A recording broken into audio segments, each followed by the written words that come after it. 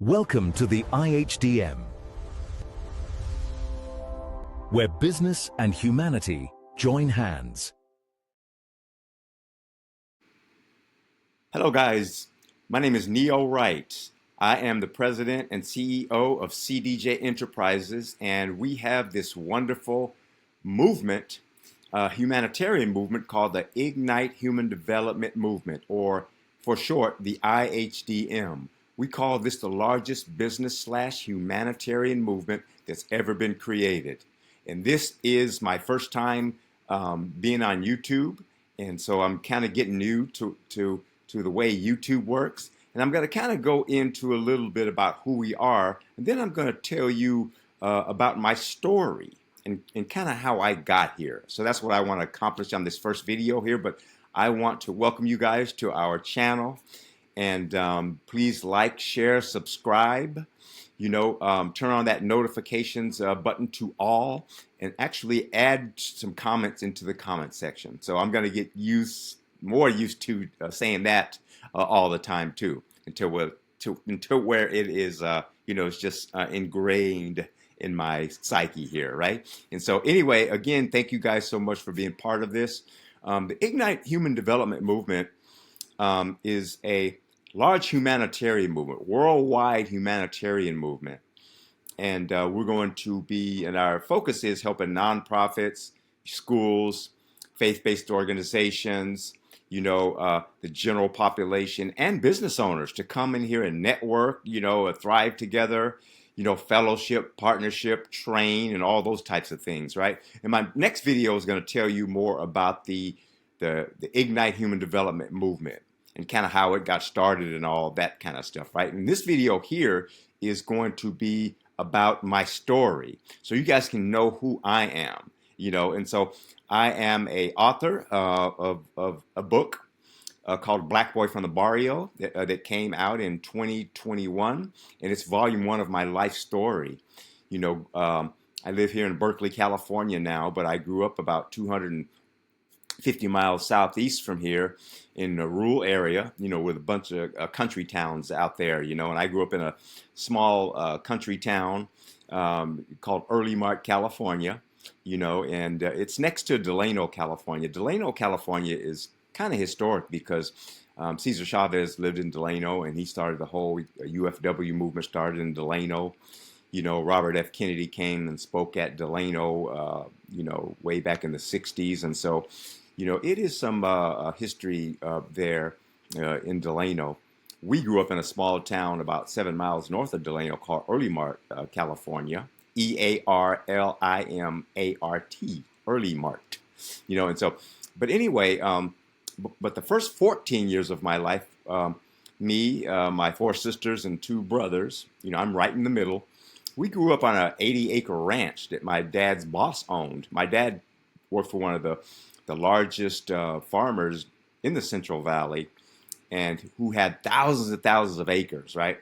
And he would have these like 80-acre plots of land with usually about 2 little houses on them and a freshwater well, and so you can imagine 80 acres is huge. And so our next door neighbor was a half a mile that way and a half a mile that way, right?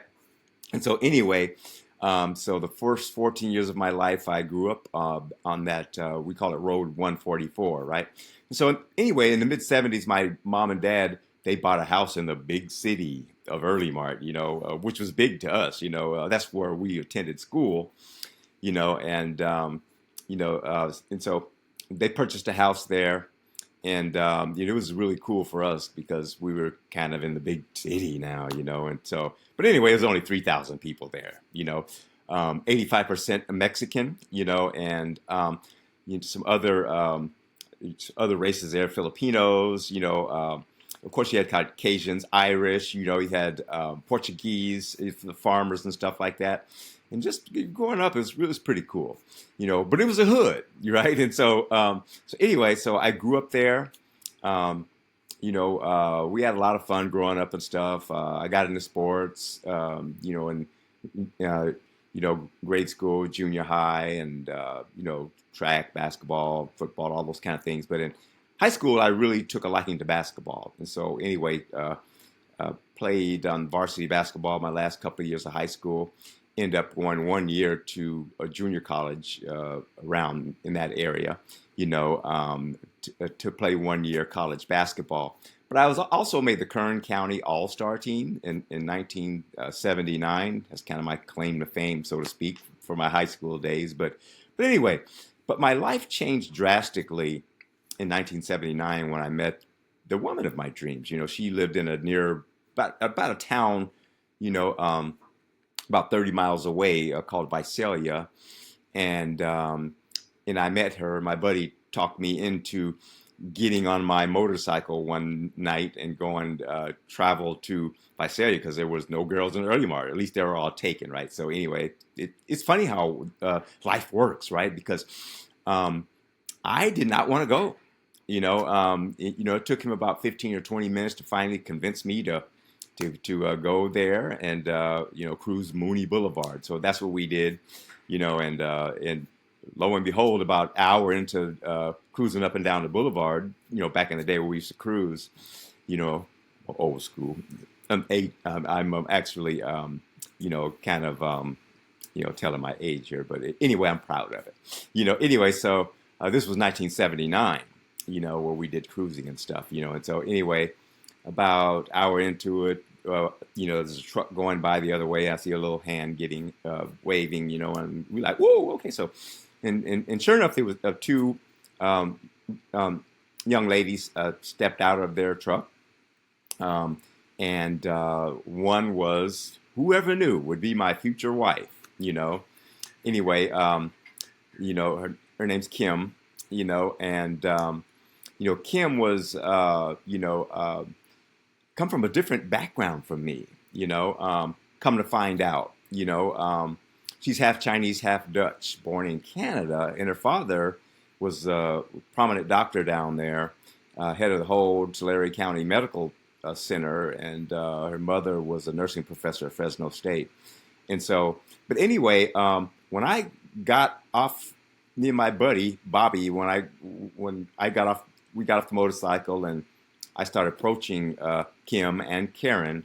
Karen actually recognized me. She says, "Hey, Cornelius Wright," and so, and I said, "Yeah, that's me, right?" Because anyway, they knew me because I would play in local basketball tournaments around there, and they would go to those basketball tournaments and stuff to high boys, right? And so anyway, to look at cute guys, they would tell me, and so I told them, so let me ask you a question: was I cute? They go, Kim said, yeah, you were kind of cute. Your nose was kind of big, though. But we said, he's all right. And so, anyway, I still kid her about that from time to time. So, but anyway, Kim and Karen were headed places, And so, Kim, she was a national scholar, headed to Harvard or UC Berkeley. Karen was headed up to UC Berkeley. I already took some classes in the local JC there and headed up to Berkeley. And so anyway, I played basketball for a year there at a local JC. In the year 1980, Kim went up to Berkeley, right? And so anyway, I worked at this sulfur plant that allowed me my schedule to visit her like every other weekend and stuff. And so we maintained a relationship. In 1981, I moved up to the Bay Area, with nothing, and so came up here, didn't know anybody really, and had to make a go of it, right? Now, Kim's life was kind of figured out already, she's the oldest of 6 kids, 3 boys and 3 girls, and they had money, and they were all academia, right? And so anyway, 3 of them ended up coming to UC Berkeley. 3 went to UC Davis, and they're doctors and lawyers and all this kind of stuff, right? And I'm a hood boy, right? And so anyway, so we dated in privacy for many years before I formally met her parents. Actually, 13 years, before I finally met, we announced the wedding engagement after 13 years of being together. But I knew her brothers and sisters and stuff, and they kind of kept the secret too. They didn't tell their parents or anything, and so it was kind of really, really interesting story, So anyway, but I was homeless for a summer, didn't really know anybody, But a buddy of mine introduced me to house painting, and so at the time I needed a job, so I took the house painting job, and little did I know that I would be in the house painting industry from 1983 to 2015, but about 10 years into house painting, I didn't want to do that anymore, the physical labor and stuff like that. We did get into the house painting business for a while. We had a few employees, but still I didn't really want to do that.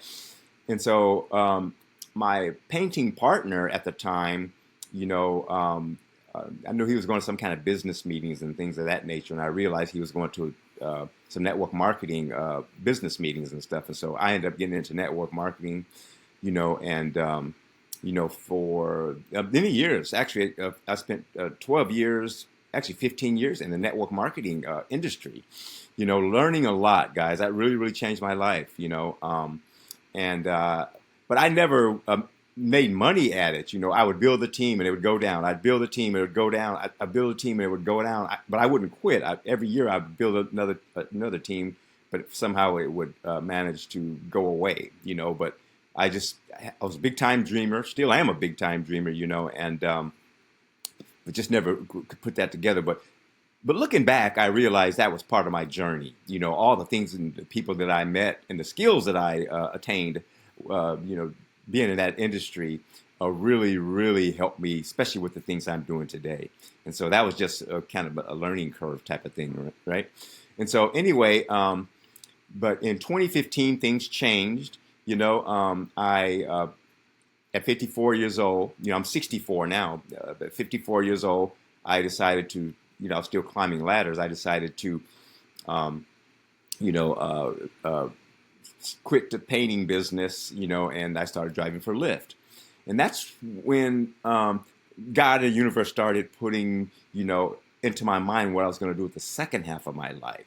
Because I had got into, I became a licensed insurance broker. I got into finance a little bit. I did some other things along the way, but really, really learning a lot about myself and discipline and things like that. I'm a very disciplined person, and I'm the biggest dreamer you ever know, one of them, right? I'm sure, right?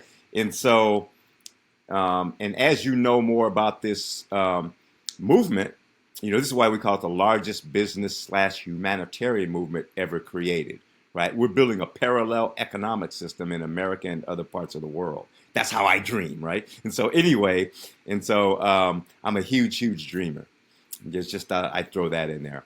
So, but anyway, I became a certified life coach, as well.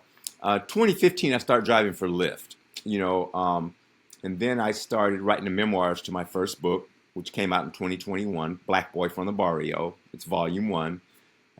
It's got some good reviews on Amazon so far. We haven't did marketing for it yet, but I really believe it's going to be a bestseller, once we start marketing it. We're going to do some marketing for it on this platform too. I just released two children's books are going to be released here this month, later this month as well. And so those books are going to be really, really good too. And the great thing about my books is they're all true stories, even the children's books, based on a true story, right? And so, anyway, I started driving for Lyft, meeting a lot of people and things like that, but in 2017, things kind of took a little turn, in life, we never really know what's ahead of us, and so, but I didn't say before, but my mother was schizophrenic, in and out of mental institutions and things like that when we were kids, and it really, really ran in her family. She was the oldest child, she was the youngest child of 16, and unfortunately she just passed away here recently, she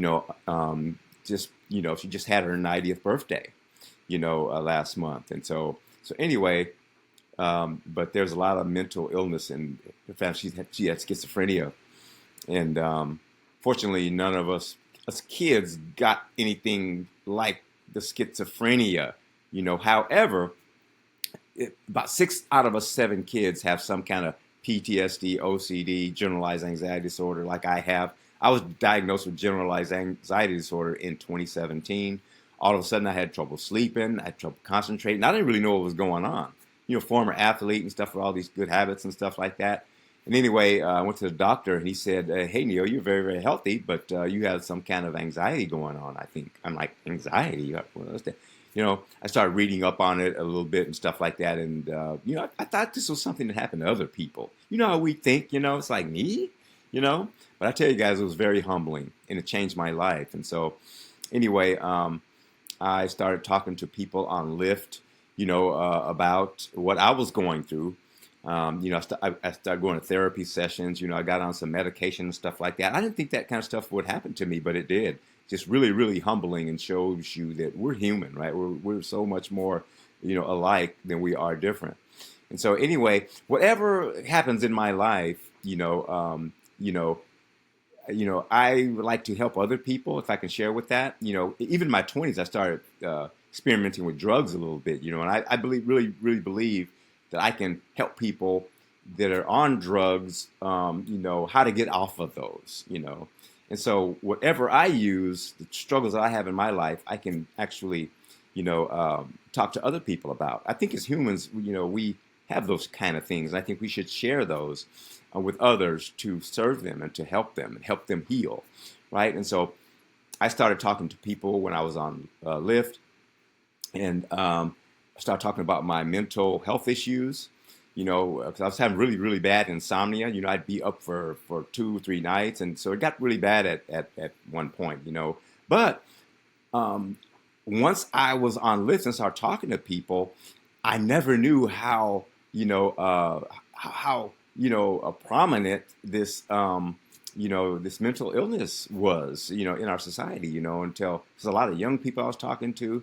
And so, but I would always open up to them first and tell them about it, because it's just not something that we would, mental illness is not something that we really bring up, right? And so I would bring it up, then they would feel kind of safe enough to bring it up, and we would have these great conversations, guys. I had, some conversations would be with tears.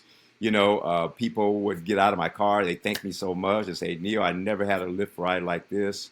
We talk about suicide stories, just all kinds of things. And in about a 2.5 year time frame, I met over 1,300 people on my Lyft rides because I was getting their names, numbers. We're keeping up with each other, right? And so that kind of started this movement, on Lyft, And so, but anyway, so that's a little bit about my mental health issues. I have that, so sometimes I'm on medication, sometimes I'm off. Right now everything is good. I'm sleeping well and all those kind of things and stuff. I exercise. I do prayer. I do meditation. I have this seemingly crazy schedule because I'm a driven person, right? And what I do in my life coaching program is I teach people habits and discipline, because that's one thing that I really, really have, right? And so, and let me just tell you a little bit about my schedule. I go to bed at 6:30. People, 6:30, but I get up at 2:30. I haven't had an alarm clock for almost 25 years. I'm never late, right? Because I got a reason to wake up, right? So I just pop up out of bed, right? And so I get up, I do prayer, I do meditation. I actually, check some emails after that, or any kind of, phone messages or what have you. Then I go down and get an hour's worth of exercise at the gym. I exercise I'm in the gym 6 days a week, and I play basketball that other day out of the week. So basically 7 days a week. I'm really, really fit. I feel great. And, 64 years old, and I just want to continue these good habits. So I teach people those types of habits, right? And so, and that one of my passions is helping people become what I call the 2.0 version of ourselves. We're all born at 1.0, but if we can develop and become that 2.0, right? That's what I teach, guys. That's what I love, right? Because I'm a 2.0 version of myself. Almost. The only thing that I need to do is get the finances set, because I have these what I call 6 F's to success, right? And in my opinion, if you keep these in order, you're going to live a great life, right? So it's faith or belief, faith, family, fitness, finance, fun, and fulfillment, right? And so the finance one is the one I'm working on. This is why I'm building my businesses and stuff like that, and great things have been starting to happen with that. I'm still an Uber driver and a Lyft driver, and so I built this business, my movement, and all these businesses, the books and everything, and the Ignite Human Development platform, which on the next video I'll explain more about. I built that, been building all these things since 2015 because I didn't want to get venture capital. So it's taken me, 9.5 years and over 30,000 Lyft and Uber rides just to get here. So let me ask you a question. How big is your dream? I've been driving since 2021, since July of 2021, and right now, as I'm speaking now, it's July 2025. I've been driving 4 years, 7 days a week is my schedule for 4 years, right? 7 days a week. Now I take off like Christmas, New Year's, and Christmas and New Year's, I believe. I don't think and Thanksgiving, Every once in a while, I'll go out of town for a day or two, to visit my people. But out of a year, it's less than 10 days, I would say, that I'm off. Definitely less than 10 days, right? And so that's what it takes times, guys, if your dream is big enough, right? And I just do whatever it takes. But I'm blessed to be able to have everything I have, with the Lyft and Uber, those platforms and stuff like that has helped me be able to have a schedule where I can really, a flexible schedule, right? And so, but anyway, let's see, what else is there about me? I'm an OG. That's what the young people call me, and so, but I'm the biggest dreamer, probably one of the biggest dreamers that you'll ever meet. And so I would like to thank you guys for listening to a little bit about my story. I still got a lot of story to go in my life. I pray to God for that, because we've only just begun. And again, the next video is going to talk about the Ignite Human Development movement and what that's all about.